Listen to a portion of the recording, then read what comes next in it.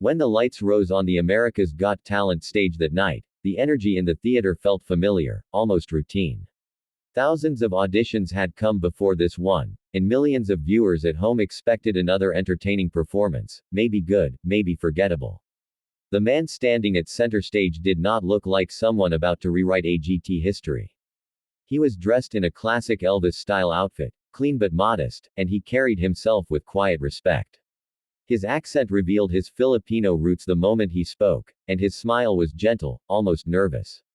Simon Cowell leaned back in his chair with the same guarded expression he reserved for tribute acts, the kind he had seen countless times over the years. The judges asked him his name, and he answered softly. He explained that he came from the Philippines, a country where music is not just entertainment but survival, hope, and prayer. He said Elvis Presley had changed his life, not because of fame or glitter, but because Elvis's voice had once filled a dark room where a young boy was trying to forget hunger, fear, and loss. The audience applauded politely, but there was skepticism in the air. An Elvis impersonator was a risky choice on a show where originality ruled. Simon asked the question that often decided everything. Why America's Got Talent? The Filipino singer paused, and for a brief second, the silence grew heavy. He explained that back home, he worked long hours doing odd jobs, singing at small events, sometimes for food instead of money. His father had passed away years earlier, and his mother had sacrificed everything to keep the family together. This stage, he said, was not just about winning. It was about proving that dreams born in small places could still echo across the world. The music began, and the first notes sounded familiar. A classic Elvis song, one everyone thought they knew by heart. Some audience members exchanged glances, as if to say they had heard this before. Then he opened his mouth, and everything changed. The voice that came out did not belong to a nervous impersonator. It was deep, rich, and hauntingly controlled. It didn't sound like someone copying Elvis, it sounded like someone channeling the soul of the music itself. Within seconds, the polite applause turned into stunned silence. Simon Cowell leaned forward. Heidi Klum's eyes widened. Howie Mandel stopped smiling and stared at the stage, as if afraid to blink. But the real twist came halfway through the song. Just when everyone thought he was simply a flawless Elvis tribute, the singer shifted. His voice softened, then soared, blending Elvis's iconic style with Filipino vocal power and emotional phrasing that felt raw and personal. It was no longer an impersonation.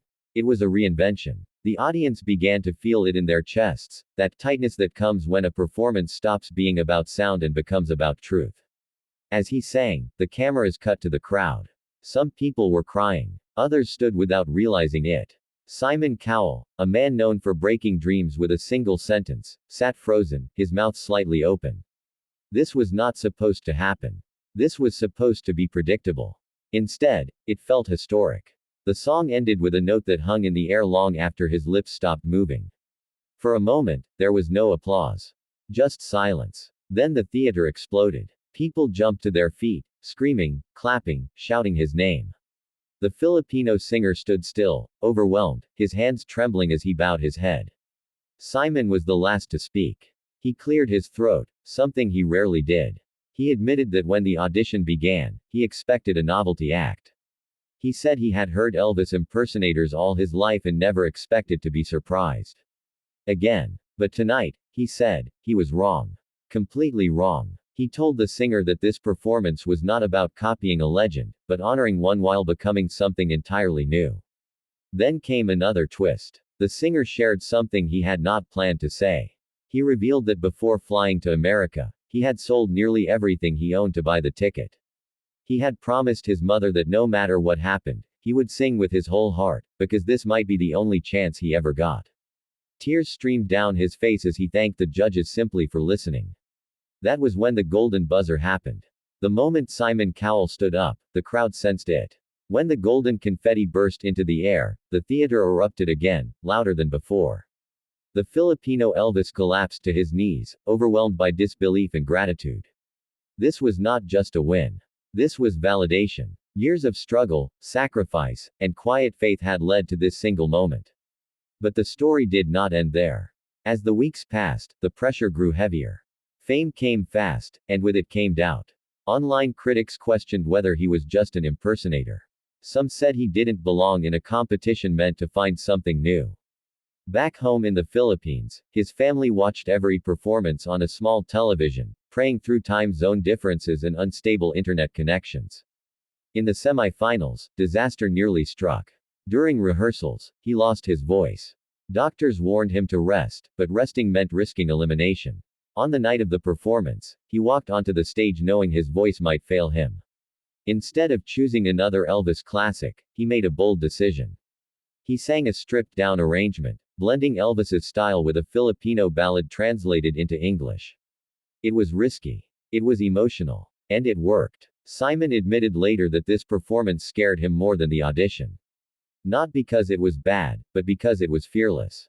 The audience voted him through, proving that his connection went beyond nostalgia. By the time the finals arrived, the Filipino Elvis was no longer just an impersonator.